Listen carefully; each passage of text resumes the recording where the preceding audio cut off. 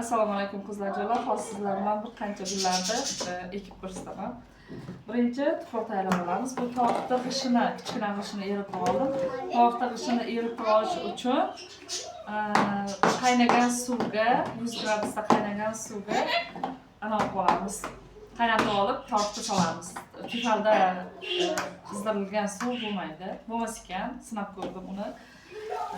Hozir vermikulitda kattasi chiqqan, o'shandan oldim. Ichida yaxshi havo o'tishi uchun undan solamiz.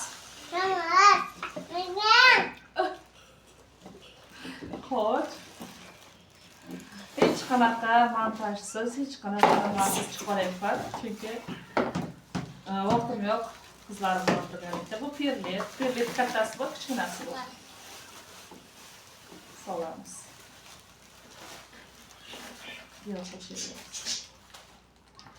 Qizlarjolar, perlet bilan vermikulitda nimasi bor? Sotuvda bor. Hozir buni sog'ganimizdan keyin xohlagan nimangizni solishingiz mumkin. Yana ham uyingizda nima bo'lsa, o'shalarni solishingiz mumkin. Biogumus solishingiz mumkin. Qizlarjolar, ehtiyot bo'lib qilasiz.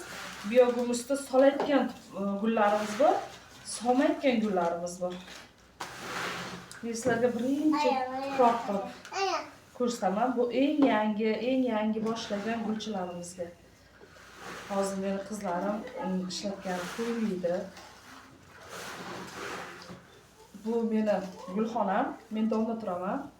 Bitta xonani shunaqa qilib gul ekayotgan joy qilganman.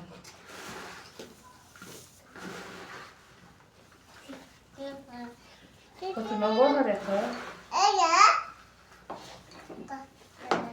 Mana aka.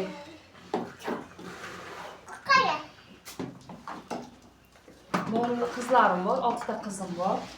Meni 6 ta qizcharim bor. Bolachalarimga aytib bermaysizlar, bolachalarni ishlash juda ham qiyin. Mana shu torfimiz bo'ladi mana. Ko'rib turganlaringizdek.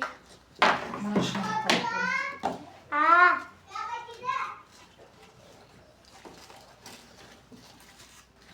Yaxshilab aralashtirib olib, bemalol endi buni ishlatib olishingiz mumkin qizlarjolar. O'chir.